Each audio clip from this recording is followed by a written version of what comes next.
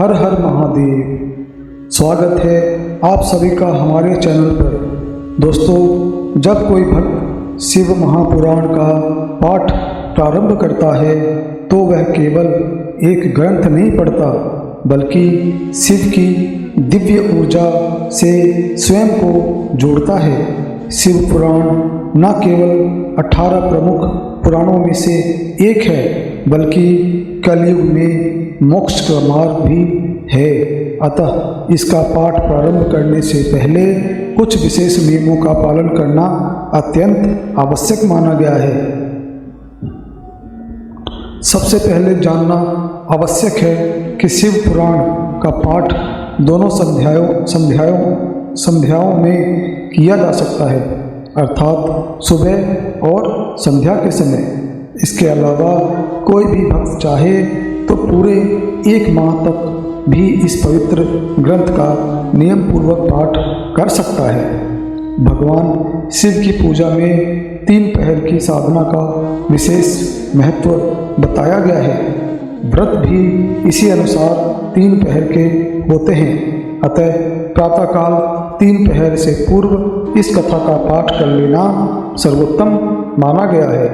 शिव पुराण का पाठ प्रारंभ करने से पूर्व भगवान गणेश का स्मरण और पूजन अनिवार्य है, क्योंकि वे विघ्नों के नाशक हैं। शिव पुराण में भी यह स्पष्ट रूप से वर्णित है कि कथा में आने वाले विघ्नों से मुक्ति के लिए गणेश पूजन आवश्यक है।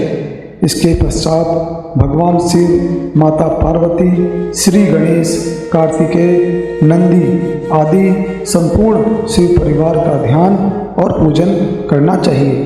यदि आपके पास शिव पुराण की पुस्तक है तो उसे भी भक्ति भाव से पूजन कर उसके बाद कथा का पठन या श्रवण करना चाहिए। शांत मन और श्रद्धा से शिव महापुराण की कथा को पढ़ना या सुनना चाहिए। यदि संभव हो तो प्रत्येक अध्याय के पश्चात शिवलिंग पर जल अर्पित करें।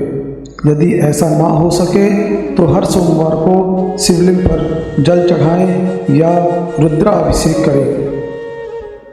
कथा समाप्त होने के पश्चात भी आप भगवान शिव को अपने सामर्थ्य अनुसार जल, दूध, शहद, घी आदि अर्पित कर सकते हैं। कथा सुनते या पढ़ते समय मन में किसी प्रकार का अहंकार, द्वेष या बुरे विचार नहीं आने चाहिए। शिव पुराण में यह भी स्पष्ट कहा गया है कि जो व्यक्ति कथा सुनते समय दूसरों की बुराई करता है उसका पुण्य समाप्त हो जाता है।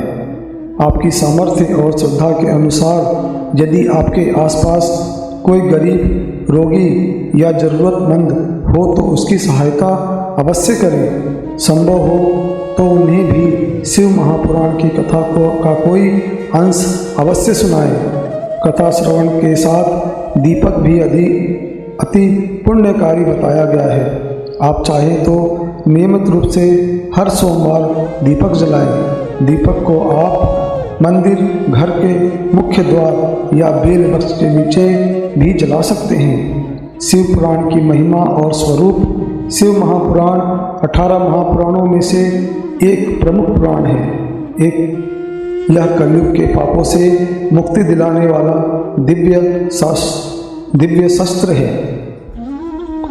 भगवान शिव की कृपा प्राप्त करने हेतु इस पुराण का पाठ, श्रवण और मनन अत्यंत महत्वपूर्ण माना गया है। शिव पुराण में वर्णन है कि इस संपूर्ण सृष्टि का निर्माण भगवान शिव की इच्छा मात्र से हुआ।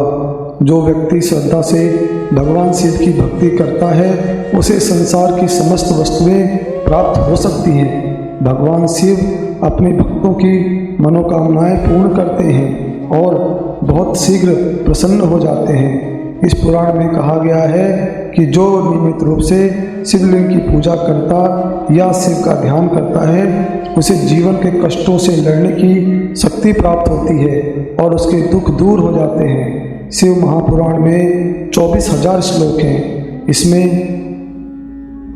विद्येश्वर संहिता, रुद्र संहिता, कोटि रुद्र संहिता, उमा संहिता, कैलाश संहिता और वायु संहिता जैसे खंड सम्मिलित हैं। यह पुराण स्वयं भगवान शिव द्वारा कथित माना गया है। महर्षि वेदव्यास ने सनत कुमारों के आग्रह पर इसे लिपिबद्ध किया था। यद्यपि इस पुराण के श्लोकों की संख्या प्रारंभ में 1 लाख थी, परंतु व्यास जी ने इसे 24,000 श्लोकों में संक्षिप्त कर दिया।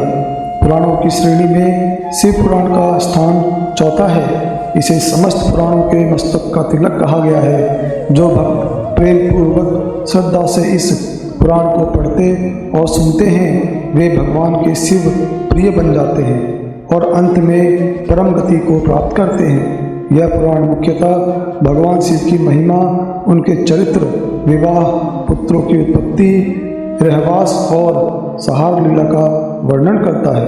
भगवान शिव को संहारकर्ता के रूप में जाना जाता है। उन्हें गंगाजल, बेलपत्र, धतूरा आदि अर्पित किए जाते हैं।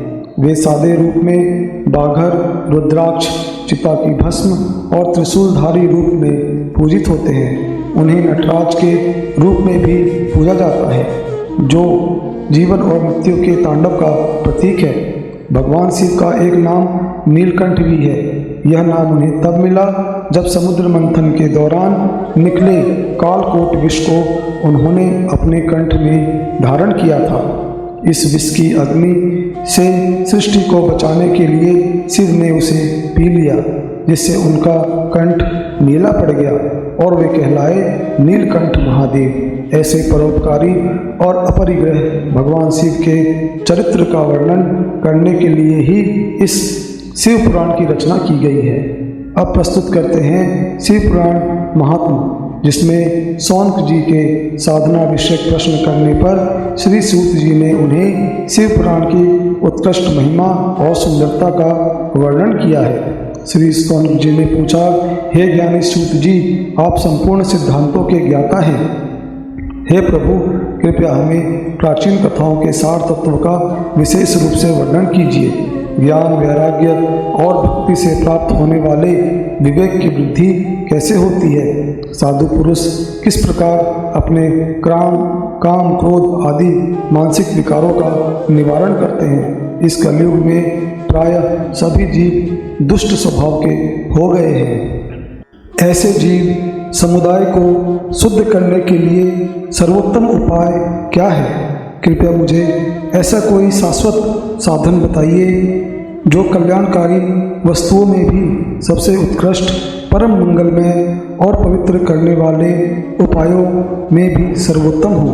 वो साधन ऐसा हो जिसके अनुष्ठान मात्र से अंतःकरण की विशेष शुद्धि हो जाए और जिसे निर्मल मन वाला पुरुष सदा के लिए भगवान शिव की कृपा प्राप्त कर सके। तब श्री सूत जी बोले, हे मुनि श्रेष्ठ शौनक जी, आप धन्य हैं, क्योंकि आपके हृदय में पुराण कथा सुनने का विशेष प्रेम और तीव्र लालसा है। इसलिए मैं शुद्ध बुद्धि से विचार कर आपसे परम उत्तम शास्त्र का वर्णन करता हूँ। वत्स, वो शास्त्र संपूर्ण शास्त्रों के सिद्धांत से युक्त, भक्ति आदि को बढ़ाने वाला और भगवान शिव को संतुष्ट करने वाला है। वो श्रवण के लिए अमृत तुल्य दिव्य रसायन है। तुम उसका श्रवण करो। वो है शिव पुराण, जिसका पूर्व काल में स्वयं भगवान शिव ने ही प्रवचन किया था। यह पुराण काल रूपी सर्प से उत्पन्न होने वाले महान भय और संकट का नाश करने वाला उत्तम स्थान है, उत्तम साधन है। गुरुदेव वेद व्यास जी ने सनत कुमार मुनि को इस पुराण का उपदेश दिया और बड़े आधार पर इसे संक्षेप में प्रतिपादित किया। इस पुराण के प्रथम पाठ का उद्देश्य है कि कलयुग में उत्पन्न मनुष्यों के परम हित का साधन। यह पुराण परम उत्तम रूप में भगवान शिव की भक्ति को विकसित करता है। इसकी विशेष स्थिति में पहुंचकर मनुष्य शीघ्र ही शिव पद को प्राप्त कर लेता है। इसलिए मनुष्य को चाहिए कि वह संपूर्ण प्रयास पूर्वक इस पुराण को पढ़ने या श्रवण करने की इच्छा करे। इसका अध्ययन परम अभीष्ट फलदायक माना गया है। इसी तरह प्रेम पूर्वक इसका श्रवण भी संपूर्ण मनवांछित फलों को देने वाला होता है। भगवान शिव के इस पवित्र पुराण को सुनने से मनुष्य सभी पापों से मुक्त हो जाता है और इस जीवन में उत्कृष्ट भोगों का अनुभव कर अंत में शिवलोक को प्राप्त कर लेता है। यह शिव पुराण नामक ग्रंथ 24,000 श्लोकों से युक्त है और इसकी 7 संहिताएं हैं। मनुष्य को चाहिए कि वह भक्ति, ज्ञान और वैराग्य से संपन्न होकर आदरपूर्वक इसका श्रवण करे। जो व्यक्ति प्रतिदिन नियम से शिव पुराण का पाठ करता है या श्रवण करता है वह पुण्यात्मा होता है, इसमें कोई संदेह नहीं। जो उत्तम बुद्धि वाला पुरुष अंतकाल में भक्ति सहित इस पुराण को श्रवण करता है, भगवान महेश्वर उससे अत्यंत प्रसन्न होकर अपना परम धाम प्रदान करते हैं। जो प्रतिदिन श्रद्धा और आदरपूर्वक इस शिव पुराण का पूजन करता है वह इस संसार में संपूर्ण भोगों का उपभोग कर अंत में भगवान शिव के परम पद को प्राप्त कर लेता है। जो प्रतिदिन आलस्य रहित होकर स्वच्छ वस्त्र आदि से युक्त होकर इस पुराण का सत्कार करता है वह सदा सुखी रहता है। यह शिव पुराण निर्मल, पवित्र और भगवान शिव का सर्वस्व है। जो व्यक्ति इस लोक और परलोक में सुख की कामना करता है उसे आदरपूर्वक इसका श्रवण अथवा पाठ अवश्य करना चाहिए। यह पवित्र और उत्तम शिव पुराण धर्म, अर्थ, काम और मोक्ष इन चारों पुरुषार्थों को देने वाला है, अतः सदा प्रेम पूर्वक इसका श्रवण और विशेष पाठ करना चाहिए। आपने कृपा करके हमें यह अद्भुत और दिव्य कथा सुनाई है। भूतल पर इस कथा के समान समाज कल्याण का कोई दूसरा श्रेष्ठ साधन नहीं है। यह बात हमने आज आपकी कृपा से निश्चय पूर्वक समझ लिया है। हे सूत जी, कृपा करके बताइए कि इस कलयुग में इस कथा को सुनने से कौन कौन से पापी भी शुद्ध हो सकते हैं। कृपया बताकर इस जगत को कृतार्थ कीजिए। तब श्री सूत जी कहने लगे, हे मुनिवर, जो मनुष्य पापी, दुराचारी, काम, क्रोध आदि में निरंतर डूबे रहते हैं वे भी इस शिव पुराण के श्रवण और पठन से अवश्य ही शुद्ध हो जाते हैं। इस विषय में ज्ञानी मुनि एक प्राचीन इतिहास का उदाहरण दिया करते हैं जिसके श्रवण मात्र से पापों का पूरी तरह से नाश हो जाता है। प्राचीन काल की बात है, कौशाम्बी नगर प्रयागराज के समीप में एक ब्राह्मण रहता था जो ज्ञान में दुर्बल, अत्यंत दरिद्र, वैदिक धर्म से विमुख तथा संध्या वंदना आदि कर्मों से भ्रष्ट हो गया था। वो अपने ऊपर विश्वास करने वाले लोगों को धोखा देकर उनका धन हड़प लिया करता था। उसने ब्राह्मणों, क्षत्रियों, वैश्य और शूद्रों सभी को छल कपट से ठग लिया था, किंतु उसने अपने पापित धन का एक भी भाग कभी धर्म कर्म में नहीं लगाया। वो वैश्यगामी था, चरित्रहीन था और समस्त आचार व पाठ से भ्रष्ट हो चुका था। एक दिन वह घूमता घूमता द्वारका से प्रयागराज स्थित प्रतिष्ठान पूजा पहुंचा। वहां उसने एक सुंदर शिवालय देखा जहाँ कई साधु संत एकत्र थे। देवराज नामक वो ब्राह्मण वहीं ठहर गया, किंतु वहाँ पहुँचते ही उसे ज्वर यानी तेज बुखार हो गया। ज्वर से पीड़ित होकर वह अत्यंत दुखी हो गया। उसी शिवालय में एक ब्राह्मण शिव पुराण की कथा सुना रहे थे। ज्वर से पीड़ित देवराज वहीं लेटा रहा और निरंतर उस शिव कथा को सुनता रहा। इसी तरह 1 मास बीत गया। देवराज ने शरीर त्याग दिया। तभी यमराज के दूत आए और उसे बांधकर यमपुरी ले जाने लगे। उसी समय शिवलोक से भगवान शिव के पार्षदगण वहाँ उपस्थित हुए। वे सब गौर वर्ण के भस्म लिपित, रुद्राक्षारी, त्रिशूलधारी और अत्यंत तेजस्वी थे। उन्होंने क्रोधपूर्वक यमदूतों को भगाया और देवराज को उनके चंगुल से मुक्त कर लिया।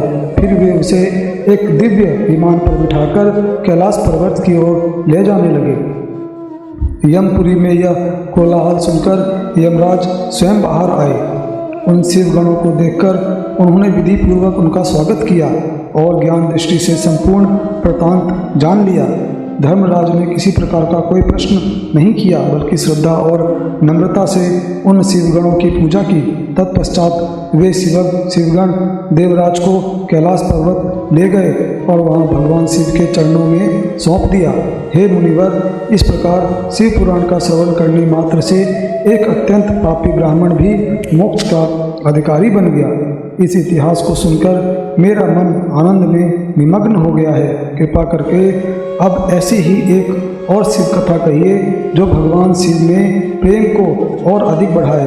तब श्री सूत जी बोले, हे मुनि श्रेष्ठ, अब मैं तुम्हारे समक्ष एक और गोपनीय कथा का वर्णन करूंगा, क्योंकि तुम शिव भक्तों में अग्रगण्य और वेदज्ञों में श्रेष्ठ हो। अतः ध्यानपूर्वक सुनो। समुद्र के निकट वसुकल्प नाम का एक ग्राम था। वहाँ के निवासी वैदिक धर्म से विमुख, दुर्व्यवहारी, विषक और देवताओं तथा भाग्य पर विश्वास न करने वाले थे। वे सभी कुटिल वृत्ति वाले थे और हिंसक अस्त्र शस्त्र धारण करते थे। उन्हें धर्म का कोई ज्ञान या आदर नहीं था। वे पशु बुद्धि से युक्त थे। वहाँ के ब्राह्मण भी अधर्मिक, स्वधर्म से विमुख, छल कपट में लिप्त और पाप कर्म में लगे हुए थे। उनकी स्त्रियां भी स्वेच्छाचारी, पापासक्त और सदाचारहीन थी। उसी ग्राम में एक ब्राह्मण निवास करता था जो अत्यंत धननायक किंतु दुराचारी और पापी था। उसकी स्त्री अत्यंत सुंदर थी और धर्मपरायण थी। उसका नाम चंचला था। वो सदा उत्तम धर्म का पालन करती थी, किंतु उसका पति भ्रमणशील और व्यभिचारी था। वर्षों तक वह स्त्री धर्म के मार्ग पर अडिग रही, किंतु अंततः अपने पति के प्रभाव से वह भी दुराचरण में लिप्त हो गई। इस प्रकार दोनों पति पत्नी पाप और दुराचार में डूबते गए और उनका जीवन इसी प्रकार व्यर्थ होता चला गया। कुछ समय बाद किसी वेश्या का पति बना हुआ वो दुष्ट बुद्धि वाला ब्राह्मण बिंदु समयु मृत्यु को प्राप्त होकर नरक में चला गया। वहाँ उसने बहुत दिनों तक नरक की यातनाएं भोगी और फिर भयंकर पिशाच योनि में जन्म लिया। इधर उसके दुराचारी पति बिंदु के मर जाने पर उसकी पत्नी चंचला, जो चंचल स्वभाव की थी, बहुत समय तक अपने पुत्रों के साथ उसी घर में रह गई। एक दिन की बात है, देवियों द्वारा किसी पुण्य पर्व के आगमन पर वो स्त्री भाई बंधुओं के साथ गोकर्ण क्षेत्र की तीर्थ यात्रा पर गई। तीर्थ यात्रियों के साथ उसने भी तीर्थ के पवित्र जल में स्नान किया। स्नान के पश्चात वह मेले की भावना से अपने बंधुजनों के साथ वहाँ घूमने लगी। घूमते घूमते वह एक दिव्य देव मंदिर में जा पहुँची।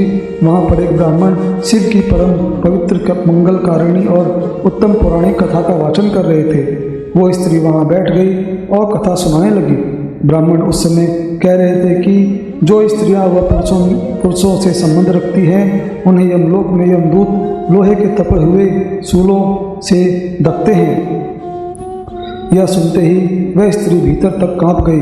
कथा समाप्त होने के बाद जब सभी श्रोता वहां से चले गए, तब वह एकांत में बैठकर उस ब्राह्मण देवता से कहने लगी, हे ब्राह्मण देवता, मैं अपने धर्म को नहीं जानती थी, इसलिए मेरे द्वारा अत्यंत घोर दुराचार हुआ।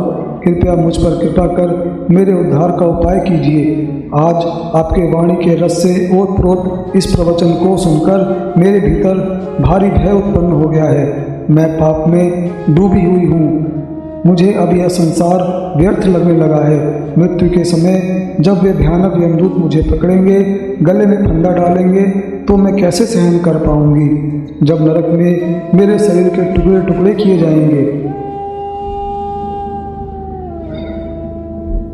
उस समय की विशेष पीड़ा को मैं कैसे सहन करूंगी। हाय, मैं मर गई, मेरा अंतःकरण जल गया, मैं संपूर्ण रूप से नष्ट हो गई, क्योंकि मैंने जीवन भर पाप ही किए हैं। हे ब्राह्मण, अब आप ही मेरे गुरु, आप ही मेरे पिता और आप ही मेरी माता हैं। मैं आपकी शरण में आई हूँ, कृपया मेरा उद्धार कीजिए। वह ब्राह्मण के चरणों में गिर पड़ी।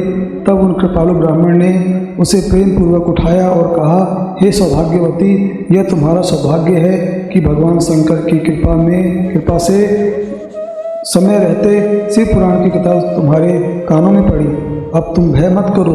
जो भी भगवान शिव की शरण में आता है उसके सारे पाप तुरंत नष्ट हो जाते हैं। अब मैं तुम्हें भगवान शिव की वह कथा सुनाऊंगा जो कीर्ति और मोक्ष की प्राप्ति करने वाली है।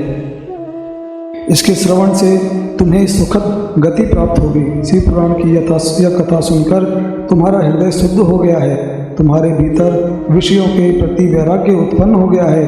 पश्चाताप ही पापी प्राणी के लिए सबसे बड़ा प्रायश्चित होता है। सज्जनों ने समस्त पापों के नाश के लिए प्रायश्चित का ही उपदेश दिया है। जो व्यक्ति हृदय से पश्चाताप करता है वह उत्तम गति का भागी बनता है, परंतु जो केवल औपचारिक रूप से प्रायश्चित करता है परंतु भीतर से पश्चाताप नहीं करता वह श्रेष्ठ गति को प्राप्त नहीं करता।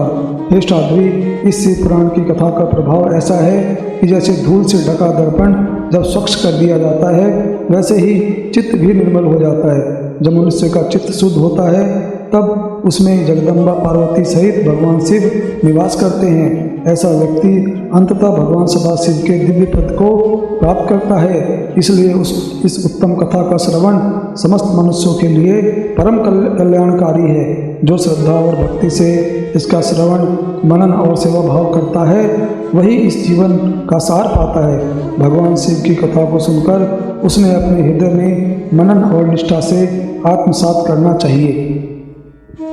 इससे मन पूर्णतः शुद्ध हो जाता है। जब मन शुद्ध होता है तब महेश्वर की भक्ति, ज्ञान और वैराग्य के साथ निश्चय ही प्रकट होती है। तत्पश्चात महेश्वर की कृपा से दिव्य मुक्ति प्राप्त होती है, इसमें कोई संदेह नहीं। जो व्यक्ति मुक्ति से वंचित है उसे पशु की श्रेणी में समझना चाहिए, क्योंकि उसका मन माया के बंधन में आसक्त होता है। वह संसार के बंधन से कभी मुक्त नहीं हो पाता। हे ब्राह्मण पत्नी, इसलिए तुम विषयों से अपने मन को हटा लो और भक्ति भाव से भगवान शंकर की परम पावन कथा को सुनो। परमात्मा शंकर की यह कथा तुम्हारे मन को शुद्ध करेगी और तुम्हें मोक्ष की प्राप्ति हो जाएगी। उस स्त्री की एक ही जन्म में मुक्ति हो जाती है, यह मैं तुम्हें सत्य कहता हूँ। यह सुनकर वो स्त्री चंचला भगवान शिव के ध्यान में मग्न हो गई। तत्पश्चात बिंदु की पत्नी चंचला, जो चंचल मन वाली थी, ब्राह्मण का यह दिव्य उपदेश सुनकर आनंद के आंसू बहाने लगी। वो श्रेष्ठ ब्राह्मण के चरणों में गिर पड़ी और हाथ जोड़कर बोली, ब्राह्मण देव, मैं कृतार्थ हो गई। आप महान शिव भक्त हैं, आप धन्य हैं, परमार्थदर्शी हैं, सदा परोपकार में लगे रहते हैं, इसलिए आप श्रेष्ठ साधु पुरुषों में प्रशंसा के योग्य हैं। हे साधु, मैं तो नरक के समुद्र में गिर रही थी, कृपया मेरा उद्धार कीजिए। पौराणिक तत्व ज्ञान से परिपूर्ण सुंदर सी पुराण की कथा को सुनकर उसके मन में संपूर्ण विश्व वासनाओं का परित्याग हो गया। इस समय उसके हृदय में गहरी श्रद्धा उत्पन्न हो गई। वह ब्राह्मण देव की सेवा में तत्पर रहने लगी। तदनंतर उस ब्राह्मण ने उससे शिव पुराण की उत्तम कथा सुनाई, जो भक्ति, ज्ञान और वैराग्य को उत्पन्न करने वाली तथा मुक्ति प्रदान करने वाली थी। इस कथा को सुनकर वो ब्राह्मण पत्नी अत्यंत कृतार्थ हो गई। उसका मन शीघ्र ही शुद्ध हो गया और फिर भगवान शिव की कृपा से उसके हृदय में शिव के सगुण रूप का चिंतन होने लगा। अब उसमें उत्तम बुद्धि उत्पन्न हो गई और वह भगवान शिव के सच्चिदानंद स्वरूप का बारंबार चिंतन करने लगी। तत्पश्चात संपूर्ण समय पूर्ण होने पर भक्ति, ज्ञान और वैराग्य से युक्त होकर उसने बिना किसी कष्ट के अपने शरीर का त्याग कर दिया। त्रिपुर शत्रु भगवान शिव का विमान द्रुत गति से वहां जा पहुंचा और उनके पार्षदों द्वारा सुशोभित और विविध दिव्य शोभा साधनों से युक्त था। चंचला उस विमान पर आरूढ़ हो गई और भगवान शिव के श्रेष्ठ पार्षदों ने उसे शिवपुरी पहुंचा दिया। अब उसके सारे पाप धुल चुके थे, वो दिव्य रूप धारण कर चुकी थी और दिव्यांगना बन गई थी। उसकी शोभा अत्यंत विलक्षण हो गई थी। उसके मस्तक पर अर्धचंद्र का मुकुट शोभा पा रहा था। गौरवर्ण दिव्य आभूषणों से विभूषित वो देवी शिवपुरी में पहुंची। वहां उसने सनातन देवी देवता त्रिनेत्रधारी महादेव को देखा। सभी प्रमुख गण, गणेश, नंदीश्वर, वीरभद्र वहाँ सेवा में उपस्थित थे। उनके कंठ में नील चिन्ह यानी नीलकंठ शोभित हो रहा था। उनके 5 मुख थे, प्रत्येक मुख में 3-3 नेत्र थे। मस्तक पर अर्धचंद्र रूपी मुकुट था और उनके वाम भाग में देवी गौरी विराजमान थी। विद्युत के समान प्रकाशमान भगवान शिव का स्वरूप कपूर के समान गौर था। उनका संपूर्ण शरीर श्वेत भस्म से आच्छादित था। श्वेत वस्त्रों से विभूषित परम तेजस्वी प्रतीत हो रहे थे। उस ब्राह्मण पत्नी ने इस परम उज्ज्वल रूप का दर्शन किया और अत्यंत प्रसन्न हो गई। वो प्रीति से भरकर उतावले भाव से भगवान को बारंबार नमन करने लगी। फिर हाथ जोड़कर प्रेम, आनंद और संतोष से युक्त होकर विनीत भाव से खड़ी हो गई। उनके शरीर में रोमांच हो उठे। तभी भगवती पार्वती और भगवान शंकर ने उसे करुणा से अपने पास बुलाया और सुंदर दृष्टि से उसकी ओर देखा। पार्वती जी ने उस दिव्य रूपी धारिणी बिंदु प्रिया चंचला को प्रेम पूर्वक उसी क्षण अपनी सखी बना लिया। अब वो परमानंदिनी ज्योति स्वरूप शिवधाम में अविचल भाव से निवास करने लगी और अक्षय सुख का अनुभव करने लगी। एक दिन परमानंद में निमग्न चंचला देवी उमा के पास गई। वह दोनों हाथ जोड़कर उनके चरणों में प्रणाम कर स्तुति करने लगी। हे गिरिराज नंदिनी, हे स्कंद माता, हे उमेश्वरी, आप ही समस्त मनुष्यों की माता हैं। आप ही सूक्ष्म सच्चिदानंद स्वरूपिणी आज्ञा प्रकृति हैं। आप ही संसार की सृष्टि, पालन और संहार करने वाली हैं। तीनों गुणों का आश्रय ब्रह्मा, विष्णु और महेश्वर, जिनका निवास स्थान और श्रेष्ठ प्रतिष्ठा परम शक्ति ही है। सूत जी कहते हैं, हे सुंग जी, जिसे सद्गति प्राप्त हो चुकी है, उसका ब्राह्मण पत्नी चंचला ने महेश्वर पत्नी भगवती उमा की स्तुति कर अपना मस्तक झुका लिया और मौन हो गई। उसके नेत्रों में प्रेमाश्रु बहने लगे। तब करुणा से भर उठी शिव पत्नी भक्ति स्वरूपा देवी पार्वती और उन्होंने चंचला को संबोधित कर प्रेम पूर्वक कहा, सखी चंचला सुंदरी, मैं तुम्हारी स्तुति से अत्यंत प्रसन्न हूँ। बोलो तुम क्या चाहती हो? चंचला बोली, निष्पाप की राजकुमारी, मेरे पति बिंदु की स्थिति क्या है, उनकी क्या गति हुई, यह मैं नहीं जानती। हे कल्याणी, मेरी एक प्रार्थना है कि जिस प्रकार मैं उनके साथ सुखपूर्वक जीवन बिताऊं, वैसा ही कोई उपाय कीजिए। हे महेश्वरी, हे महादेवी, मेरे पति एक शुद्ध जाति के ब्राह्मण होते हुए भी एक वेश्या के प्रति आसक्त थे। वे पापों में डूबे हुए थे। उनकी मृत्यु मुझसे पहले ही हो गई थी। अब वे किस गति को प्राप्त हुए मुझे ज्ञात नहीं। तब देवी पार्वती बोली, बेटा तुम्हारा पति बिंदु नामक ब्राह्मण अत्यंत पापी था। उसका अंतःकरण दूषित और दुष्ट था। वेश्यागमन करने वाला वो व्यक्ति पाप कर्मों के कारण मृत्यु के पश्चात नरक में गिरा। वहाँ गणातीत वर्षों तक उसने विविध दुखों को भोगा। अब शेष पाप भोगने के लिए वो विंध्याचल पर्वत पर पिशाच बना हुआ है। वहाँ तो विविध कलेशों और यंत्रणाओं को सह रहा है। वो व्यर्थ ही वहाँ भटक रहा है और सदा दुख से संतप्त है। सूत जी बोले, देवी पार्वती की यह करुणा से युक्त वाणी सुनकर उत्तम चरित्र का पालन करने वाली ब्राह्मणी चंचलापति के दुख में अत्यंत व्यथित हो गई। फिर उसने अपने मन को स्थिर किया और महेश्वरी को प्रणाम कर पुनः पूछा, हे महेश्वरी, हे भगवती, मुझ पर कृपा कीजिए, मेरे उस पापात्मा पति का उद्धार कीजिए। हे देवी, कृपया बताइए कि किस उपाय से वह दुष्ट व्यक्ति उत्तम गति प्राप्त कर सकता है। देवी पार्वती बोली, सखी, यदि तुम्हारा पति शिव पुराण की पूर्णतः उत्तम कथा का श्रवण करे तो वह समस्त दुष्ट गति को पार करके उत्तम गति का अधिकारी बन सकता है।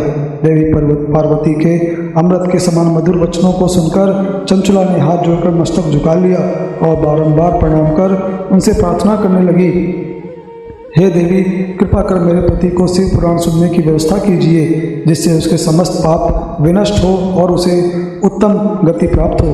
ब्राह्मणी की बारंबार प्रार्थना से शिवप्रिया गौरी देवी को करुणा आई।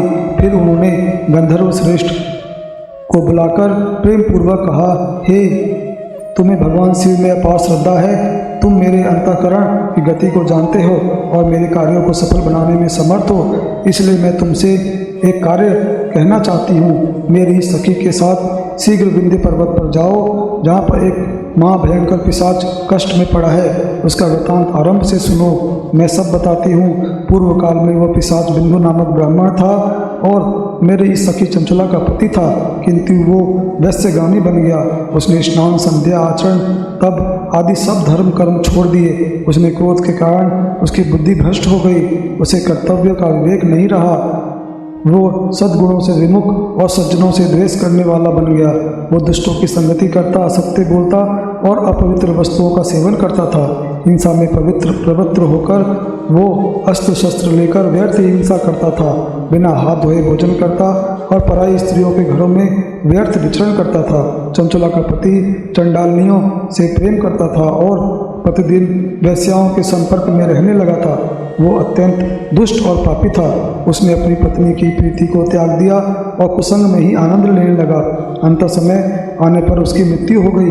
वे पापी आत्मा वैश्याओं के भोग स्थान कान्यकुब्ज यानी कानपुर में गई और वहाँ पर अनेक नरकों का भोग करने के बाद अब वो विंध्य पर्वत पर पिशाच बना हुआ है।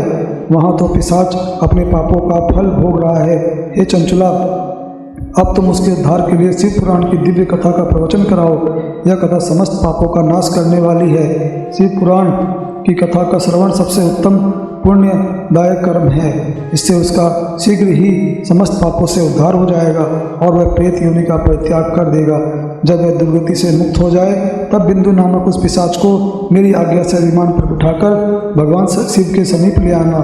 माँ पार्वती के इस आदेश पर गंधर्वराज अति प्रसन्न हुए। प्रिय मित्र तक्षण विंध्याचल पर्वत की ओर चल पड़े। अब आपको पता चल गया कि तुम कौन थे और उनका कार्य क्या था। जहाँ वो पिशाच रहता था वहाँ पर जाकर उन्होंने उसे देखा।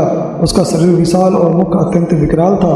उसकी दृष्टि भयावह थी और वह कभी हंसता, कभी रोता, कभी उछलता कूदता था। भगवान शिव की उत्तम कीर्ति का गान करते हुए महाबली तुमने उस अत्यंत भयंकर पिशाच को पकड़कर एक मंडप बनवाया, वहाँ महोत्सव युक्त स्थान की रचना कराई। थोड़ी ही देर में यह बात संपूर्ण क्षेत्र में फैल गई कि देवी पार्वती की आज्ञा से एक पिशाच के उद्धार के लिए शिव पुराण की कथा सुनाई जा रही है। फिर तो वह कथा सुनने के लिए अनेक देवर्षि शीघ्र वहाँ पहुँचे। सभी ने आदरपूर्वक कथा श्रवण के लिए समाज बनाया। पर्वत पर एक अद्भुत और कल्याणकारी सभा का आयोजन हुआ। तब तुमने उस पिशाच को बांधकर आसन पर बिठाया और हाथ में वीणा लेकर गौरवती भगवान की शिव की कथा का गान प्रारंभ किया। यहाँ वैसे ध्यान देने योग्य बात है कि शिव पुराण की कौन कौन सी संहिताओं का वर्णन हुआ। पहले विद्येश्वर संहिता से लेकर सातवीं व्यास संहिता तक सभी का महत्व सहित वर्णन किया गया। सातों संहिताओं सहित शिव पुराण का आधार पूर्वक श्रवण कर सभी श्रोतागण पूर्णतः कृतार्थ हो गए। उस कथा को सुनकर पिशाच ने भी अपने समस्त पापों का प्रायश्चित कर लिया और अपने पिशाच शरीर का त्याग कर दिया। फिर शीघ्र ही वो दिव्य देह धारण कर श्वेत वस्त्र धारण के लिए पुरोष्ठित आभूषणों से विभूषित हुआ और त्रिनेत्रधारी चंद्रशेखर स्वरूप को प्राप्त हो गया। इस प्रकार दिव्य रूप धारण कर श्रीमान बिंदु अपनी प्राण वल्लभा चंचला के साथ स्वयं ही पार्वती वल्लभ भगवान शिव की गुणगान करने लगे। उसकी स्त्री को भी दिव्य रूप से सुशोभित देखकर सभी देवर्षि अत्यंत विस्मित हो उठे। उनका चित्त परमानंद से परिपूर्ण हो गया। भगवान महेश्वर का यह अद्भुत चरित्र सुनकर वे सभी श्रोतागण परम कृतार्थ होकर प्रेम पूर्वक भगवान शिव का यशगान करते हुए अपने अपने धाम को लौट गए। बिंदु सुंदर विमान से अपनी प्रियतम चंचला के साथ सुखपूर्वक आकाश में स्थित हो गया और बड़ी शोभा प्राप्त करने लगा। तत्पश्चात महेश्वर के सुंदर और मनोहर गुणों का ज्ञान करता हुआ वह अपनी पत्नी तथा तुम के साथ शीघ्र ही शिवधाम जा पहुंचा। वहाँ भगवान महेश्वर और माता पार्वती से प्रसन्नतापूर्वक बिंदु का भव्य स्वागत किया गया और अपना पार्षद बना लिया। उसकी पत्नी चंचला देवी पार्वती जी की सखी बन गई। वे दोनों गहन ज्ञान स्वरूप परमानंदिनी महेश के सनातन धाम में अविचल रूप से निवास करने लगे और परम सुख को प्राप्त हुए। सोनक जी कहते हैं, हे सुख जी, आपको मेरा नमस्कार है। आप धन्य हैं क्योंकि आप शिव भक्तों में श्रेष्ठ हैं। आपके द्वारा बताया गया चरित्र अत्यंत महान और वर्णन योग्य है। अब कृपा करके कल्याणकारी शिव पुराण के श्रवण की विधि बताइए जिससे सभी श्रोताओं को उत्तम फल की प्राप्ति हो सके। तब सूत जी बोले, हे मुनि श्रेष्ठ, आप सबकी कृपा के लिए मैं शिव पुराण के श्रवण की विधि बताता हूँ। ध्यान पूर्वक सुनिए। सबसे पहले किसी योग्य ज्योतिष को बुलाकर शुभ मुहूर्त का निर्धारण करें और विधि पूर्वक दान आदि से उन्हें संतुष्ट करें। फिर अपने सहयोगियों के साथ मिलकर संकल्प ले कि कथा का पूर्ण श्रद्धा व नियम से संपन्न किया जाएगा। तत्पश्चात देव गांव में यह संदेश भेजें कि हमारे यहाँ शिव पुराण की कथा होने जा रही है। जो भी लोग कल्याण की इच्छा रखते हो वो अवश्य पधारे।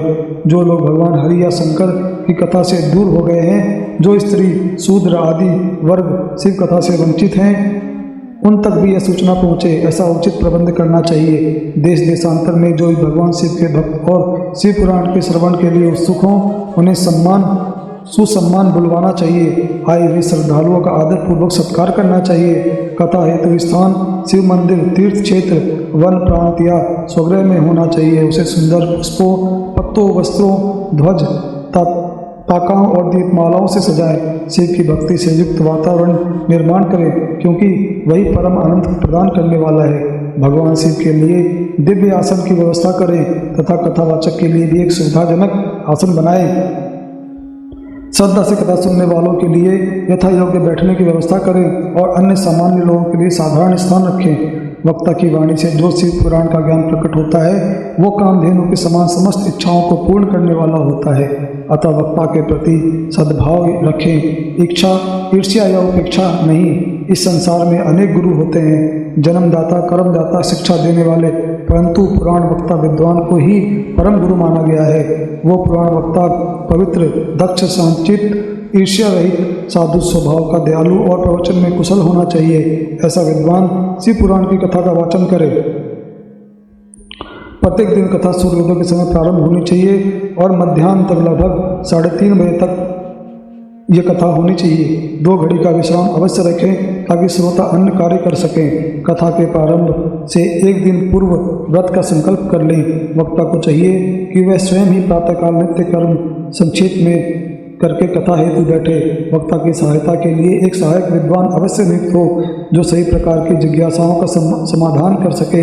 कथा में आने वाले विघ्नों की निवृत्त हेतु सर्वप्रथम गणेश पूजन करें। इसके पश्चात भगवान शिव तथा शिव पुराण ग्रंथ की पूजा करें। तब उत्तम बुद्धि वाला श्रोता तन मन वचन से शुद्ध होकर श्रद्धा से कथा का श्रवण करे। जो श्रोता और वक्ता अनेक प्रकार के विकारों जैसे काम, क्रोध, लोभ, मोह, मद, मार्तस्य से युक्त हो, स्त्री में अत्यधिक आसक्त हो, पाखंड पूर्ण बातों में रुचि रखता हो, वे इस पुण्य के भागी नहीं होते।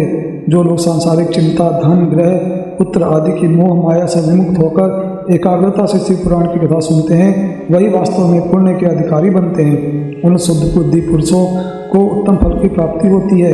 यहाँ पर श्री सूत जी महाराज अत्यंत आवश्यक नियम बता रहे हैं जो श्रोताओं के लिए अत्यंत आवश्यक होते हैं। जो व्यक्ति लौकिक चिंता, धन, ग्रह, पुत्र आदि की चिंता छोड़कर केवल कथा में मन लगाते हैं, वे शुद्ध बुद्धि भक्त उत्तम फल के पात्र बनते हैं। जो श्रोता श्रद्धा और भक्ति से युक्त होते हैं, अन्य कर्मों में मन नहीं लगाते, अर्थात कथा सुनते समय जिनका ध्यान केवल कथा में ही रहता है, जो भक्ति, मौन, पवित्रता और उद्वेग शून्यता से युक्त रहते हैं, वही पुण्य के भागीदार होते हैं। कहा गया है कि जब भी आप किसी भगवान की कथा सुनते हैं तो आपकी आंखें बंद करके अपने मन की आंखों से सारे दृश्य को देखना चाहिए। सूत जी कहने लगे, अब आप शिव पुराण श्रवण का व्रत करने वाले पुरुषों के लिए बताए गए नियमों को भक्तिपूर्वक सुने। नियम पूर्वक इस श्रेष्ठ कथा को सुनने से बिना किसी विघ्न बाधा के उत्तम फल की प्राप्ति होती है। जो लोग दीक्षा से रहित होते हैं उनका कथा श्रवण में अधिकार नहीं होता। अतः सुनने की इच्छा रखने वाले सभी लोगों को पहले वक्ता से दीक्षा ग्रहण करनी चाहिए। जो लोग नियम से कथा सुनते हैं उन्हें ब्रह्मचर्य का पालन करना चाहिए, धरती पर सोना चाहिए, पत्तलों में भोजन करना चाहिए और प्रतिदिन एक बार तथा कथा समाप्त होने पर ही भोजन करना चाहिए। जिसमें सामर्थ्य हो वह व्यक्ति शिव पुराण की समाप्ति तक उपवास कर शुद्धता और भक्ति भाव से यह कथा श्रवण करे। इस कथा का व्रत लेने वाले पुरुष को प्रतिदिन एक ही बार शुद्ध सात्विक भोजन करना चाहिए। जिस प्रकार से कथा का श्रवण का नियम पूर्वक निभाया जा सके वैसा ही पालन करना चाहिए। गरिष्ठ भोजन, बासी अन्न, जल युक्त अन्य भोजन, तामसिक एवं वासनात्मक पदार्थों का त्याग करना चाहिए। जिसने कथा का व्रत ले रखा हो वो प्याज, लहसुन, सलगम, गाजर, मादक वस्तुओं का तथा मांसाहारी वस्तुओं का त्याग कर दे। कथाव्रत पुरुष को क्रोध, काम, लोभ जैसे विकारों को छोड़ना चाहिए। उसे ब्राह्मणों, साधु संतों की निंदा भी त्याग देनी चाहिए। ऐसा भक्त प्रतिदिन सत्य, शौच, पवित्रता, दया, मौन, सरलता विनय और हार्दिक उदारता जैसे सद्गुणों का पालन करे। श्रोता चाहे निष्काम हो या सकाम, यदि वह नियम पूर्वक कथा का श्रवण करता है तो सकाम पुरुष अपनी इच्छित कामना की प्राप्ति करता है और निष्काम पुरुष मोक्ष को प्राप्ति करता है। अर्थात मनुष्य का कर्तव्य केवल कर्म करना है, फल की चिंता नहीं करनी चाहिए। कर्म ऐसे जो सभी प्राणियों के हित में हो, ऐसा ना हो कि आपके कर्मों से दूसरों को हानि हो। यदि ऐसा होता तो उन पाप कर्मों का दंड आपको ही भोगना पड़ेगा।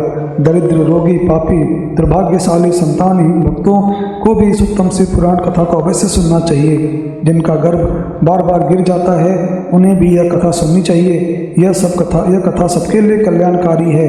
महर्षि कहते हैं, इस प्रकार पुराण की कथा के पाठ और श्रवण संबंधी महायज्ञ की प्राप्त समाप्ति होने पर श्रोताओं को भक्ति और श्रद्धा से भगवान शिव की पूजा करनी चाहिए और साथ ही पुराण ग्रंथ की विधि पूर्वक पूजन करनी चाहिए। तत्पश्चात विधि पूर्वक कथावाचक का भी पूजन आवश्यक है। ग्रंथ को ढकने के लिए नवीन और सुंदर वस्त्र का उपयोग करें और उसे बांधने के लिए दृढ़ और दिव्य डोरी का उपयोग करें, फिर विधि पूर्वक उसकी पूजा करें। हे मुनि श्रेष्ठ, इस प्रकार इस महान उत्सव के अंत में ग्रंथ और वक्ता की पूजा विधि पूर्वक करने के पश्चात वक्ता की सहायता के लिए नियुक्त पंडित का भी सत्कार करें। यथाशक्ति उन्हें धन, वस्त्र आदि से सम्मानित करें। वहाँ पर आए हुए ब्राह्मणों को भी यथा योग्य दान दक्षिणा प्रदान करें। इस प्रकार एक महान उत्सव की रचना करनी चाहिए। यदि श्रोता विरक्त हो तो कथा की समाप्ति के दिन उसे विशेष रूप से श्रीमद् भागवत गीता का पाठ करना चाहिए, जिससे भगवान शिव ने श्री रामचंद्र जी के प्रति कहा था। यदि श्रोता गृहस्थ हो तो बुद्धिमान पुरुष तथा कथा श्रवण के पुण्य को शांत और पूर्ण करने के लिए शुद्ध भाव से हम होम करें। यह होम रुद्र संहिता के प्रत्येक श्लोक के द्वारा करना उचित होता है। अन्यथा गायत्री मंत्र से भी होम करना चाहिए, क्योंकि वास्तव में यह पुराण स्वयं गायत्री में ही है। इन सबके अतिरिक्त शिव पंचाक्षर मूल मंत्र से भी हवन करना उचित माना गया है।